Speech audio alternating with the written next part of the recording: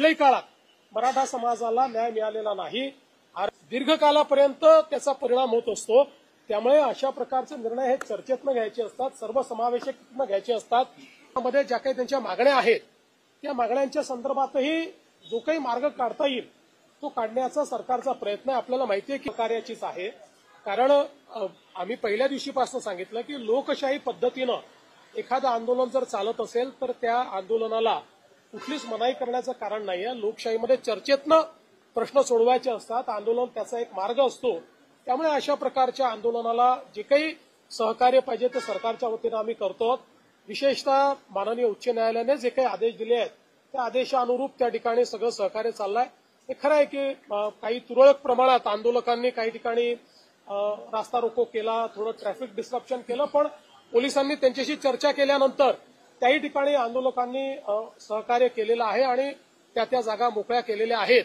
पण अर्थात इतक्या मोठ्या प्रमाणात लोक आल्यानंतर काही ना काही ट्रॅफिकचं डिस्ट्रप्शन हे होत असतं, ते डिस्ट्रप्शन झालेलं आपल्याला पाहायला मिळतंय। अर्थात या सगळ्या गोष्टींमध्ये एकाच गोष्टीची खबरदारी निश्चितपणे घ्यावी लागेल की काही लोकच जरा वेगळ्या पद्धतीनं वागतात आणि त्यांनी मग संपूर्ण आंदोलनाला गालबोट लागतं, तर अशा प्रकारे कोणी वागू नये याच्याकडे लक्ष द्यावं लागेल। आणि मला असं वाटतं की श्री मनोज जरांगे पाटील यांनीही तशाच प्रकारचं आव्हान केलेलं आहे की कोणीही अलोकतांत्रिक पद्धतीनं किंवा आडमुठेपणानं या ठिकाणी वागू नये। शेवटी मी देखील सगळ्या आंदोलकांना हेच आवाहन करणार आहे, कारण आज त्या ठिकाणी जे काही चाललेलं आहे ते माननीय उच्च न्यायालयाने दिलेल्या निर्देशानुसार प्रशासनाला काम करावं लागणार आहे। आता हे काही शासनाच्या निर्देशाने नाहीये, उच्च न्यायालयाच्या निर्देशाने प्रशासन काम करणार आहे। त्यामुळे प्रशासनावरही काही बंधनं त्या ठिकाणी जी काही उच्च न्यायालयाने टाकलेली आहेत ती त्यांना पाळावी लागतील। अर्थात त्या बंधनात राहून लोकशाही पद्धतीनं सगळं सहकार्य हे त्या ठिकाणी प्रशासनही करतंय आणि सरकारचंही त्या संदर्भात कुठलंही वेगळं मत नाहीये।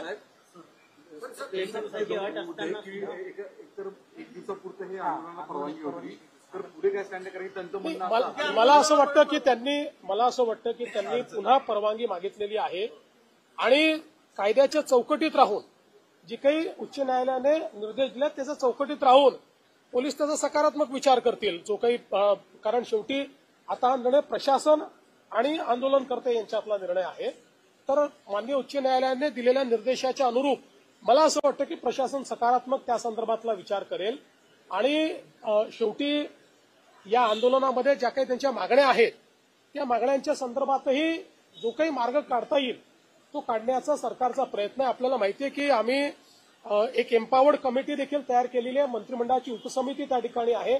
या उपसमितीला यापूर्वीच ज्यावेळेस अॅडव्हान्समध्ये काही मागण्या आल्या होत्या त्या मागण्या आम्ही अग्रेषित केलेल्या आहेत, तेही त्याच्यावर विचार करतायत। कायदेशीर मार्ग काढावे लागतील, नुसतं आश्वासन देऊन चालणार नाही, कायदेशीर मार्ग काढावे लागतील, संविधानात बसणारे मार्ग काढावे लागतील। तशा प्रकारचे मार्ग कसे काढता येतील असा प्रयत्न आहे।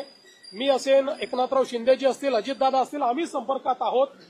आम्ही समितीला सांगितलेलं आहे की त्यांनी त्या संदर्भात चर्चा करून आमच्याशी चर्चा करावी, जेणेकरून यातनं एक काहीतरी आपल्याला जो काही मार्ग काढता येईल तो मार्ग काढण्याचा प्रयत्न करू। शेवटी एकच आमचा प्रयत्न आहे की कुठल्याही परिस्थितीत दोन समाज एकमेकापुढे येऊन उभे राहिलेले आहेत अशा प्रकारची परिस्थिती महाराष्ट्रात उभी राहू नये आणि म्हणून ओबीसी समाजालाही आपल्याला सांभाळावं लागेल, मराठा समाजालाही न्याय द्यावा लागेल।